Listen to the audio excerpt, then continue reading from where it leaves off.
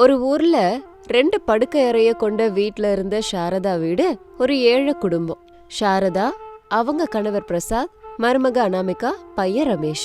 4 பேரும் டெய்லி ஏதாவது ஒரு வேலைக்கு போனாதான் அந்த குடும்பம் ஒரு நாளைக்கு 2 வேளையாவது சாப்பிட முடியும்.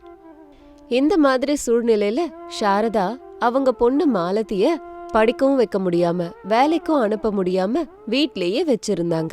ஒரு நாள் கிச்சன்ல அனாமிகா சமைச்சிட்டு இருந்தா. அப்போ மாமியார் சாரதா, நாத்தனார் மாலதியும் சேர்ந்து கிச்சனுக்குள்ள வந்தாங்க. அனாமிகா அவங்கள பார்த்ததும், அத்தை, மாலதி என்ன வேணும்னு கேட்டா நான் கொண்டு வந்து தந்திருப்பேன்ல, 2 பேரும் எதுக்கு கிச்சனுக்கு வந்தீங்க? ஏன் அண்ணி, நாங்க கிச்சனுக்குள்ள வரணும்னா உங்க பெர்மிஷன் வேணுமா? இல்ல மாலதி, என் உத்தேசம் அது இல்ல. ஏற்கனவே வெயில் காலம், கிச்சன் அதுக்கு மேல, இங்க ஒரே சூடா இருக்கு, அதனாலதான் உங்ககிட்ட அப்படி சொன்னேன் அப்படின்னு அனாமிகா சொன்னதும் சாரதா கொஞ்சம் கிண்டலா, பரவாயில்லையே, எங்க நல்லத பத்தி நல்லாதான் யோசிக்கிற அப்படின்னு சொன்னாங்க. நான் இல்லாம வேற யார் அத்தை இதெல்லாம் யோசிப்பா? போங்க, போய் ஹால்ல உட்காந்து டிவி பாருங்க போங்க. சமையல் முடிச்சிட்டு நானும் வரேன், 3 பேரும் உட்காந்து பேசிட்டு இருக்கலாம். நானும் அம்மாவும் கிச்சனுக்கு வந்தது நீ சொல்றத கேட்க இல்ல அண்ணி. வேற நாங்க சொல்றத நீ கேட்கறதுக்கு இன்னைக்கு புதுசா கேட்க என்ன இருக்கு? இந்த வீட்டுக்கு மருமகளா வந்த நாள்ல இருந்து நீங்க சொல்றத மட்டும்தானே கேட்டுட்டு இருக்கேன். இப்படி வார்த்தைக்கு வார்த்தை பதில் பேசுறத நிறுத்தினா நல்லது அப்படின்னு சாரதா சொன்னதும் அனாமிகா எதுவும் பேசல. உண்மையை சொல்ல அண்ணி, உண்மையிலே எங்க நல்லதுக்கு தான் நீ யோசிக்கிறியா? என்ன இப்படி சொல்ற மாலதி? நான் உங்க நல்லதுக்காக யோசிக்கிற மாதிரி உங்களுக்கு தெரியலையா? இல்லன்றதுனால தானே நானும் என் பொண்ணு இவ்ளோ அல்லல் படுறோம். அப்படி தெரியணும்னா இப்ப நான் உங்களுக்கு என்ன பண்ணணும் அத்தை? நானும் மாலத்தியும் கேக்குற கேள்விக்கு நேரடியா நீ பதில் சொல்லணும். சரிங்க அத்தை, கேளுங்க. ஆனா அது இப்ப இல்ல, 10 நிமிஷத்துல சமையல் முடிஞ்சிரும். நான் ஹாலுக்கு வரேன், அங்க உட்காந்து கேளுங்க. நான் வந்த உடனேயே உங்க கேள்வி எல்லாத்துக்கும் நான் பதில் சொல்லிக்கிட்டே இருக்கேன் அப்படின்னு சொன்னதும் சாரதாவும் மாலத்தியும் அடுப்பு மேல இருந்த சாப்பாட பார்த்தாங்க. அனாமிகா சொன்னது நிஜம்னு தோணுச்சு. சரி அண்ணி, 10 நிமிஷம் கழிச்சு ஹாலுக்கு வா. கண்டிப்பா வர மாலதி அப்படின்னு அனாமிகா சொன்னதும் சாரதாவும் மாலத்தியும் கிச்சன்ல இருந்து வெளியே போனாங்க. வழக்கம் போல அன்னைக்கு கூட ரமேஷும் பிரசாதும் கூலி ஆட்கள் நிக்கிற இடத்துல நின்னாங்க. என்னைக்காவது வந்து கூலி வேலைக்கு நம்மள கூப்பிட மாட்டாங்களான்னு வெயிட் பண்ணாங்க. தம்பி ரமேஷா, ராத்திரி நீயும் மருமகளும் பேசுறத நான் கேட்டேன். அனாமிகாக்கு இருக்க மாய சக்திய பத்தி கேக்குறீங்களா? ஆமாப்பா, ராத்திரி 11 மணிக்கு அப்புறம் நீயும் மருமகளும் வாசல்ல உட்கார்ந்து பேசுனத நானு, உங்க அம்மா, உன் தங்கச்சி எல்லாரும் கேட்டோம் அப்படின்னு சொன்னதும் ரமேஷ் ஷாக் ஆயிட்டான். என்ன சொல்றீங்கப்பா? ராத்திரி நானும் அனாமிகாவும் பேசுனது எல்லாம் அம்மாவும் மாலத்தையும் கேட்டுட்டாங்களா? அப்படின்னா வீட்டுல இந்நேரம் அனாமிகா கிட்ட அவங்க கேட்டிருப்பாங்க. வரம் வேணும்னு பலவந்தம் பண்ணுவாங்க. நம்ம வீட்டுக்கு போலாம் வாங்கப்பா.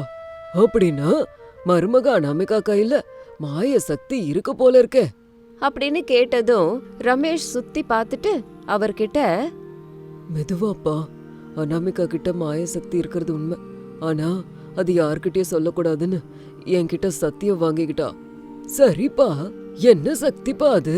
அனாமிகா முழு மனதோட என்ன வேண்டுனாலும் அது நடக்கும்பா அப்படின்னு சொன்ன உடனேயே பிரசாதுக்கு மனசுல பேராசை வந்தது. சாரதாவும் மாலத்தியும் ஹால்ல சோஃபால உட்கார்ந்துருந்தாங்க. அனாமிகாக்காக வெயிட் பண்ணாங்க. 10 நிமிஷம் கழிச்சு அனாமிகா வந்தா. அத்தை, சமையல் முடிஞ்சிருச்சு, நான் வந்துட்டேன். என்ன கேள்வி? உண்மைய சொல்லுடிமா, உன்கிட்ட ஏதாவது மாய சக்தி இருக்கா அப்படின்னு சாரதா கேட்டதும் அனாமிகாவோட முகமே மாறி போயிடுச்சு. கொஞ்ச நேரம் நிசப்தமா இருந்தா. சொல்ல அண்ணி, அம்மா கேக்குறாங்கல்ல, நீ என்ன கேட்டாலும் அது உனக்கு உடனே கிடைக்குமாமே. அனாமிகா கொஞ்சம் ஆச்சரியப்பட்டு, இந்த விஷயம் உங்களுக்கு எப்படி தெரியும்? அப்படின்னா நிஜமாவே மாய சக்தி இருக்கு அப்படின்னு மாலதி சொன்னா. இருக்கு மாலதி, கடவுள் கொடுத்தது. ஆனா அதை சுயநலத்துக்கு பயன்படுத்தினா பெரிய ஆபத்து வரும் தெரியுமா? எங்களுக்கு ஆபத்தெல்லாம் வேண்டாண்டிமா, இந்த வறுமை போனா போதும். அத்தை, இன்னொரு விஷயம் சொல்றேன், இந்த சக்தி பணம் தராது. சரி அண்ணி, பணம் எதுவும் வேண்டாம். இந்த வெயில்ல இந்த ஃபேன்ல இருந்து காத்தே வர மாட்டேங்குது, ஒரு ஏசிய வரவழைங்க. அதுவும் கிடைக்காது மாலதி அப்படின்னு சொன்னதும் அம்மாவுக்கும் பொண்ணுக்கும் கோவம் வந்துருச்சு. எது கேட்டாலும் இல்லன்னு சொல்ற, என்னதான் அண்ணி, அப்ப இந்த சக்தி என்னதான் தரும்? அப்படின்னா உன்கிட்ட இருக்கிறது டுபாக்கூர் சக்தியா? சொல்லு மருமகளே, உன்கிட்ட இருக்க மாய சக்தி என்னத்தை தான் தரும்? அற்புதம் செய்யும் அத்தை, அசாத்தியமானத சாத்தியமாக்கும் அத்தை. அந்த மாதிரி ஆசை ஏதாவது இருந்தா சொல்லுங்க, அத நான் செய்யறேன். என்கிட்ட இருக்கிற மாய சக்தி வேலை செய்யும், நம்ம கோரிக்கையும் தீரும். சாரதாவும் மாலத்தியும் யோசிக்க ஆரம்பிச்சிட்டாங்க. அப்பதான் வெளியில இருந்து ரமேஷும் பிரசாதும் வந்தாங்க. ரமேஷ் டென்ஷனா, அனாமிகா, எல்லாருக்கும் தெரிஞ்சிருச்சா? ஆமாங்க, நம்ம வாசல்ல நேத்து ராத்திரி உட்கார்ந்து பேசணும் இல்லையா, அத அத்தை மாமா மாலதி எல்லாரும் கேட்டாங்க. இப்ப என்கிட்ட கேட்டாங்க. என்கிட்ட இருக்க சக்தி மூலமா பணம் வேணும்னு கேட்டாங்க, ஏசி வேணும்னு கேட்டாங்க. இதையெல்லாம் அது தராதுன்னு சொல்லி அவங்க கிட்ட நான் சொல்லிட்டேங்க அப்படின்னு நடந்ததையெல்லாம் சொன்னான். அப்பா கூட என்கிட்ட கேட்டாருமா, அதான் வீட்டுக்கு வந்திருக்கேன். மருமகளே, உன்னால எங்க வாழ்க்கைய மாத்த முடியும்ல? எல்லார் கண்ணும் இப்போ அனாமிகா மேலதான் இருந்தது. அத்தை, நான் போய் துணி எல்லாம் துவைக்க போறேன், என்ன வேணுமோ யோசிச்சு சொல்லுங்க, சரியா அப்படின்னு சொல்லிட்டு அனாமிகா உள்ள போயிட்டான். சாரதா, மாலதி, பிரசாத், ரமேஷ் எல்லாரும் பேசிக்கிட்டு இருந்தாங்க. கொஞ்ச நேரம் அப்படியே போச்சு. அனாமிகா அவங்க கிட்ட மறுபடியும் வந்தா. நம்மளால செய்ய முடியாதது என்னவோ அதை யோசிச்சிங்களா அத்தை? நல்லா யோசிச்சம்மா. சரி, லேட் பண்ணாம அது என்னங்கறத சொல்லுங்க அத்தை. அது சாத்தியப்படணும்னு என் மாய சக்தி மூலமா வேண்டிக்கிறேன். சாத்தியமாகும்.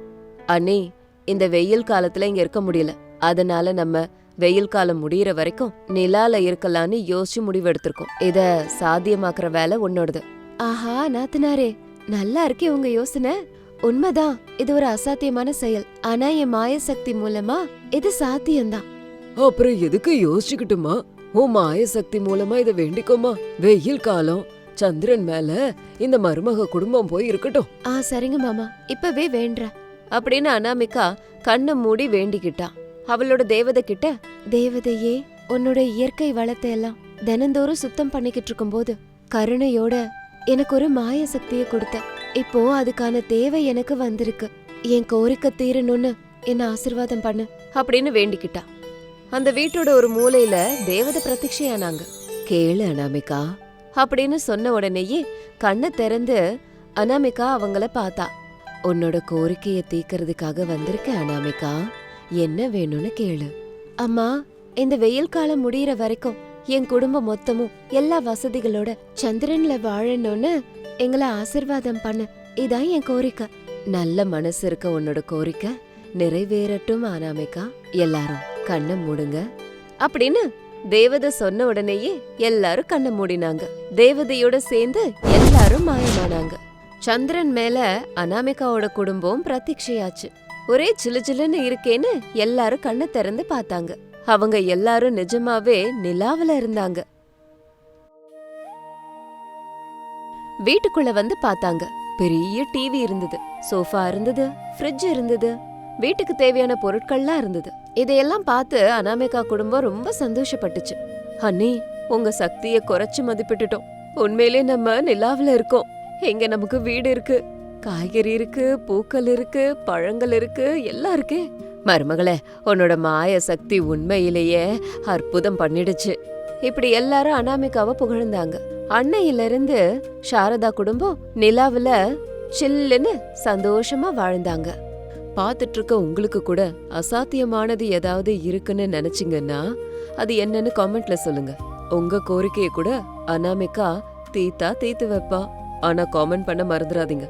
இதே மாதிரி இன்னொரு ஸ்டோரியோட உங்களை மறுபடியும் மீட் பண்றேன். அது வரைக்கும் பாய் பாய்.